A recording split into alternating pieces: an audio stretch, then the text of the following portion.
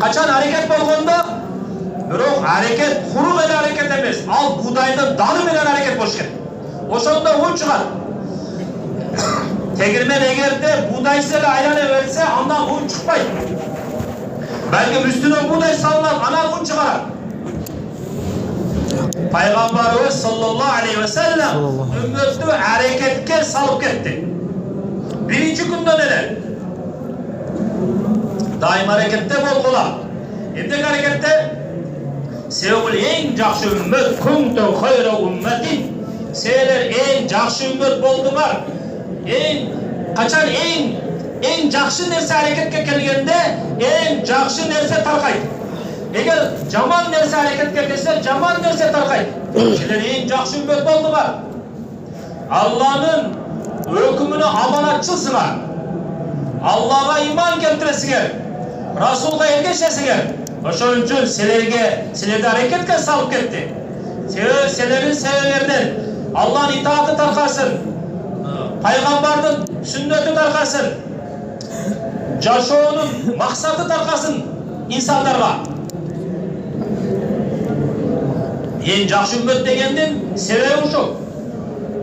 İmam Gazali rahmetullahi aytar, Bizden dinimizde iman menen ilim negizge nerse. İman jana ilim. Allah bizge iman berdi. La ilahe illallah Muhammed Resulullah. İman nasip kıldı. Keyin imanın talabı emne? İman bizden emneni kalay? İman jürökö kelgende itaatlı kalay. İmanın talabı Allah'ın hükmüne itaat başı kesin. İmanın talabı ne? İmanın talabı itaat. Allah Teala'nın hükmünü baş yiyip yaşa ötkür. Günahın taraftan saklanma. Bana şunu itaat de. Allah'a iman getirgenden keyin emi imanın talabı yaşa itaatka kelsin. وَمَا أَرْسَلْنَا مِنْ رَسُولٍ إِلَّا لِيُطَاعَ بِإِذْنِ اللّٰهِ Peygamberlerden yönetilmenin maksadı, dünyaya gelişinin maksadı, Allah'ın davetinin maksadı, Allah bir iş için. Jaşoğulur itaatka kesin için. Jaşoğulun erkinliği çok olsun. Nefska pulçuluk çok olsun. Kandik yaşayıp görürüz. İman menen yaşayıp görürüz. İtaat menen yaşayıp görürüz. Mana şu bu iman itaat Allah için. Alemi Allah'ın mahluku bilen kanday mamle kılavuz? Allah'ın mahluku bilen kanday mamle kılavuz? Allah'ın mahluku bilen insan, ihsanın mamlesi kılavuz. Allah'ın mahluku bilen kanday mamle kılavuz? Allah'ın mahluku bilen insaf, ihsan mamlesi kılavuz. Özümüzün yaşamını kanday görürüz. Özümüzün yaşamını, zekice yaşamını takva menen ötkürürüz.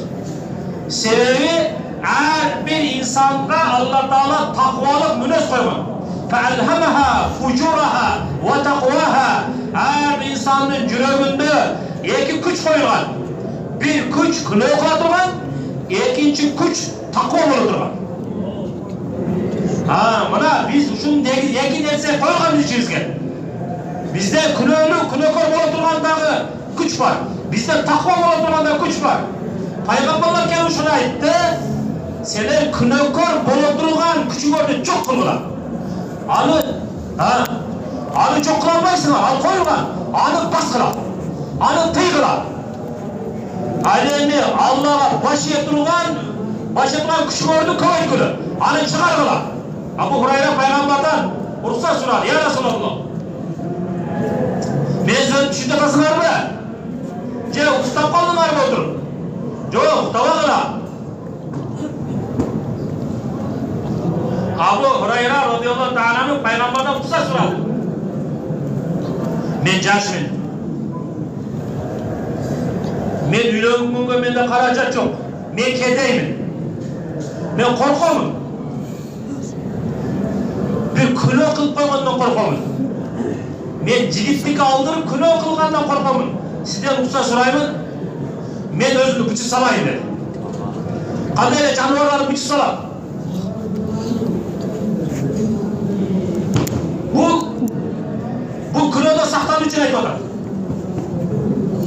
Peygamberimiz sallallahu aleyhi ve sellem aytdi, "Jo'q, bunday bo'lmaydi" dedi.